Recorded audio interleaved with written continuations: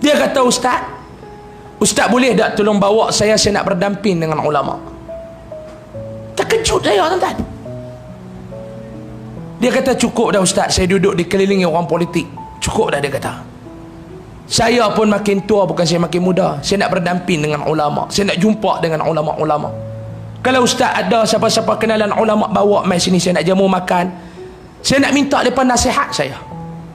Apa yang tak betul dalam hidup saya sebagai kehidupan saya seharian tak betul, saya nak ulama ni tegur saya. Dia kata lagu tu, tuan-tuan. Saya kata, Datuk Seri nak suruh saya awak main ramai-ramai kan seorang-seorang? Dia kata terpulang. Saya kata, kalau awak main seorang-seorang tapi kerak sikit boleh? Tak apa, main kita makan, dia kata. Saya kata, kalau ramai-ramai lepas tak boleh kata apa? Seorang nak main ulama bagi bercakap, seorang nak main ulama bagi bercakap, seorang nak main ulama bagi bercakap. Ikhlas. Ulama ni dia bukan ada kepentingan apa? Saya kata, saya pun saya bercakap, saya bukan ada kepentingan apa, Datuk Seri.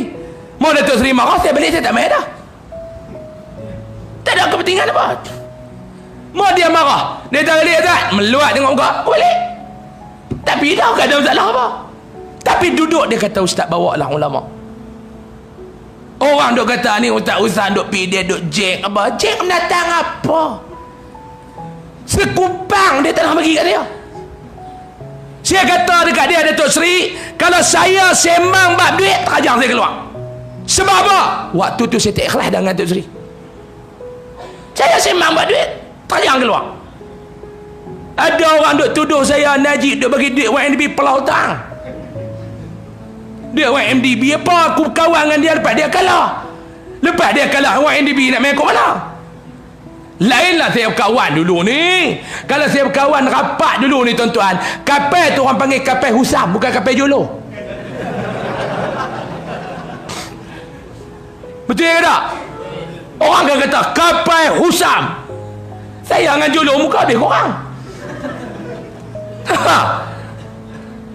Mau saya buat dia bulat sikit, saya bujung sikit. Cuma saya tak boleh cakap Cina ya. Dia kata, Ustaz bawa saya nak berdamping dengan ulama. Dia kata, Alhamdulillah. Tuan-tuan, hasrat dia. Tuan-tuan ingat, senang tuan-tuan. Kawan ni bangsawan. Bukan lagu kita tak ketahuan.